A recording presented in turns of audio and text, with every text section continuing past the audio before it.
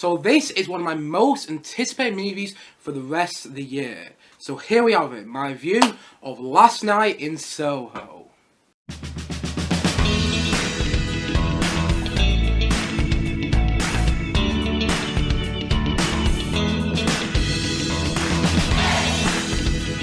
Last Night in Soho. Now, Last Night in Soho is a new film by Edgar, and Edgar is my favourite film director working today. Honestly, I absolutely love all of his films, and basically, this film follows the story of Eloise, played by Thomasin McKenzie in the film. She's a fashion designer who basically gets a place at university in Soho, in London, and basically, at this university, she isn't really fitting in, so basically, she moves to this new flat, and then one night, when she goes to sleep in this new flat, she wakes up in the 1960s. She wakes up in 1960s Soho in London, and basically, in the 1960s, she meets Sandy, played by Anya Taylor-Joy in the film. He basically wants to become a performer, and at the same time though, she meets Matt Smith's character, Jack, and basically, Matt Smith's character, Jack, and Anya Taylor-Joy's character, Sandy, start forming a bit of a complicated relation with one another, because Jack is a bit of a rough character, and keeps getting Sandy in all these rough situations. And at the same time though, Thomasin McKenzie's character, Eloise, is seeing this all happen in the 1960s, and she's also seen this all happen in present day. She keeps having these weird visions of what's happening in the 1960s to Sandy and Jack in present day. And at the same time though, you also realise that Matt Smith's character, Jack, could also be about in present day and could be causing danger for Thomasin McKenzie's character, Eloise, later on in the film. And that's my interpretation of the plot for Last Night in Soho. And like I said before, Edgar Wright is my favourite film director working today. Honestly, I absolutely love all these films. And I love Space, the TV show started off with. I love Space so much. Go and check it out if you haven't already. It's so good. And I love Shaun the Dead. I love Hot Fuzz. I love The World's End. I love Scott Pilgrim vs. the World. I think that's a masterpiece. I love Baby Driver. And I love his Spartacus documentary, which came out a couple of months ago this year. That's still one of my favourite films of the year so far. So naturally, with Last Night in Soho, I went in with quite high expectations. And honestly, I've got to admit here,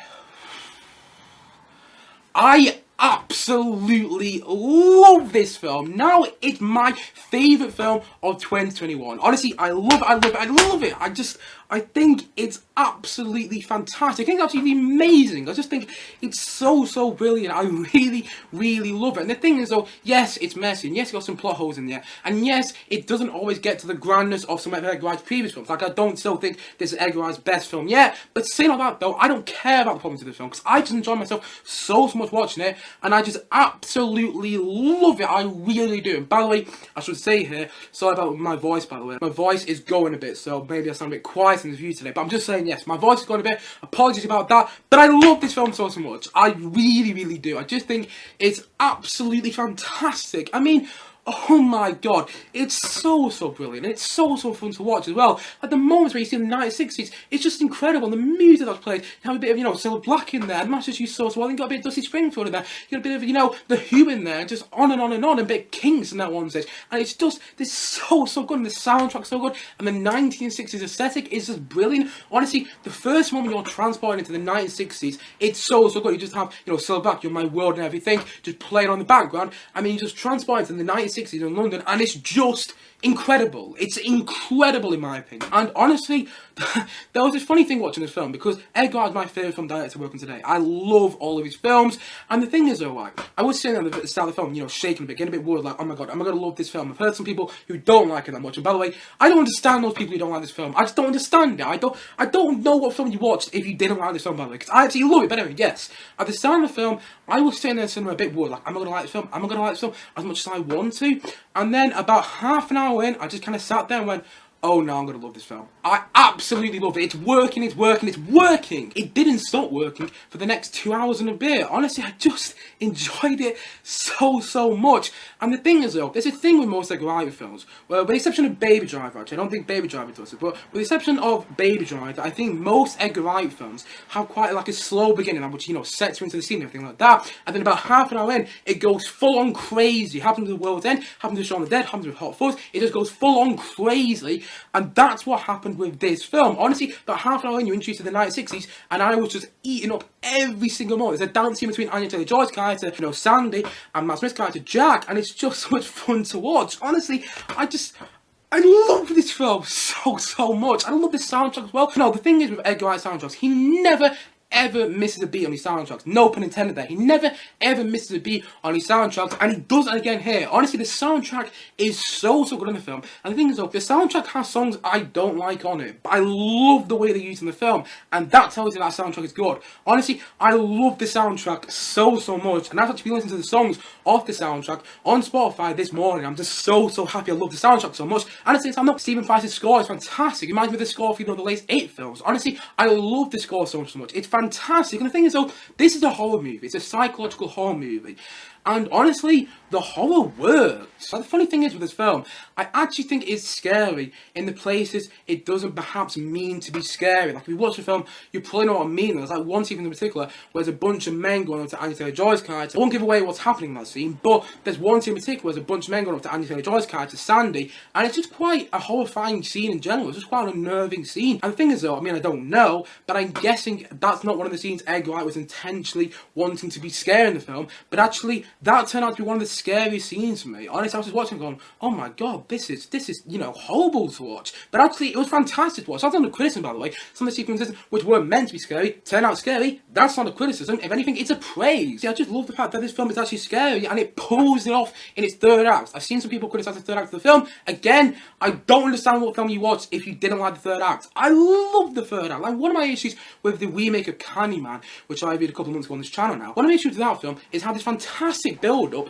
but then it didn't have this fantastic payoff. And the thing is with Last Night in Soho, it has that fantastic payoff. You sit there at the end and go, oh my god, that's brilliant. And even so, there are some plot holes in the third act. I just sat there and was like, I don't care. I'm loving this. I'm just loving the way it's done, because he's not, you know, he's not shying out the ending. Edgar Wright, it goes full and out with the ending of this film. He goes full and out with the payoff, and you just absolutely love it. Honestly, I love the payoff of the film. I just love that it went all out with it. And by the way, you can tell that Edgar Wright is like the biggest film buff in the world. Like, honestly, he's like the British Tarantino. Like, Tarantino has watched almost every single film ever. And the funny thing is, Quentin Tarantino and Edgar Wright are actually good mates. But yeah, Edgar Wright has watched a lot of films. Honestly, he's watched more films than you can probably fathom in your imagination. And you can tell in this film. Honestly, just the way things are directed, and the way sequences are directed, and just the horror in the film works so well. It just reminds you of other horror movies like Misery and so on and so on and so on. Honestly, I just think the whole aspect of the film is great, and I didn't expect it to be as good as it was. I never had a jump scare, but at the same time though, I felt unnerved in quite a lot of sequences, and that's what you need to do for psychological horror.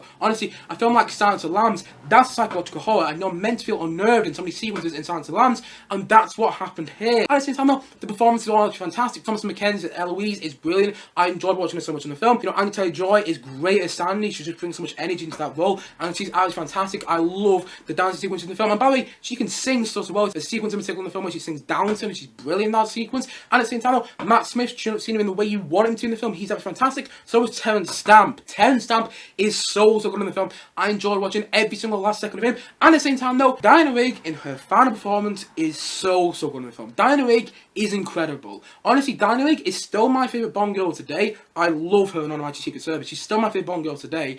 And she's so good in the film.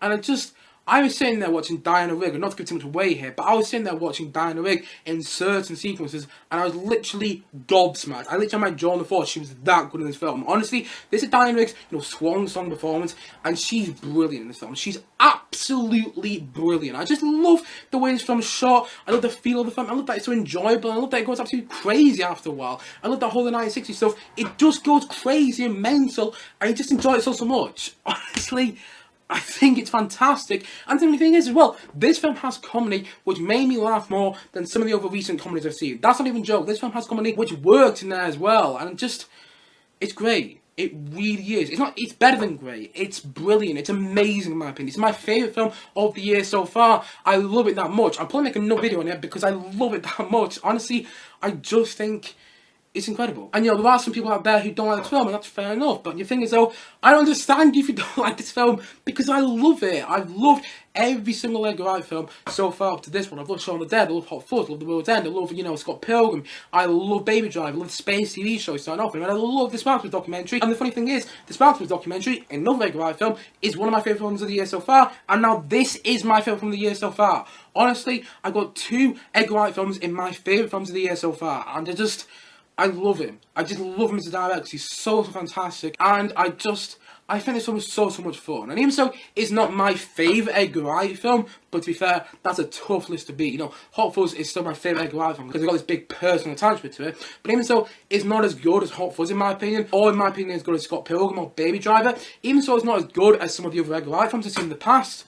I still love it. I still think it's absolutely amazing. I just think it's absolutely brilliant, and it's my favourite film of the year so far. Honestly, I adore Last Night in Soho, and I can't wait to go watch it again. I'll probably make another video when I go watch it again, but for now, I love it. I really do. And so, all in all, I'm going to say that Last Night in Soho, I'm going to say that it's a 9 out of 10. Honestly, I sat there at the end of the film yesterday, literally just, you know, savouring every single moment in the cinema. Because I haven't really had a cinema experience like this for a long while. Like, I had a fantastic cinema experience with, you know, June. I think that's an incredible film. But the thing is, though, with June, it was a different cinema experience. It was something like, oh my god, I can't believe these visuals on the screen and things like that. With Last Night in Soho, it was like an enjoyable experience. I sat there in the end going, oh my god, I absolutely love this. And that's kind of how I felt at the end of Last Night in Soho when I watched it last night in the cinema. Honestly, I just kind of sat there again going, oh my god, Edgar Wright, he's done it again. I absolutely adore this film. I just really do.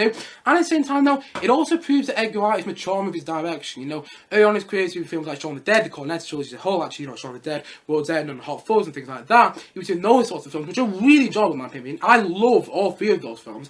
But the thing is, though, later on in his career, some films like Baby Driver and Spider-Man documentary, and now this, it proves kind of like he's maturing as a director. Like, he's not really doing those action comedies anymore. At the same time, though, I wouldn't say Baby Driver is an action comedy, by the way. I think it's a bit more of a high/romance film. I think Baby Driver's fantastic, by the way.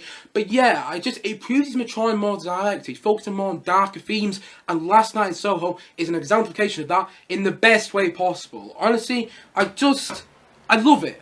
I just love it so much. I really do. And I can't wait to go back and rewatch it. I love it that much. It's my favourite film of 2021 so far. And I just think it's absolutely incredible. Edgar Wright, he's done it again. I've loved all of his films so far. And I love this one as well. I just absolutely love it. And even so, it's not my favourite Edgar Wright film. I still think it's absolutely incredible. I really do. And I love it so much. Honestly, I really do. And so, all in all, I'm going to say that Last Night in Soho, I'm going to say that it's a 9 out of 10 from me.